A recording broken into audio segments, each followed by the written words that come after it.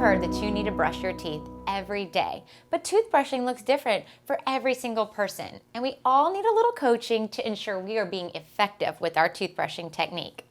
So here is today's tip. Close your mouth to get to the back teeth.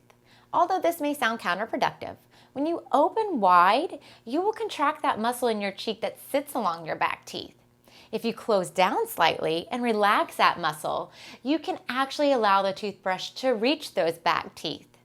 Oftentimes, I see patients where their back teeth are not as healthy as their front teeth. When I watched their brushing technique, they were missing those teeth during their brushing routine.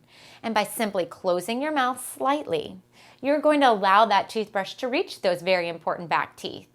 Give this trick a try and see if it makes a difference in how well you brush those hard-to-reach back teeth. Everyone is going to need to brush a little differently depending on their own oral health needs. Finding what works for you may take some time, but I think this tip is a great start to a better brushing technique.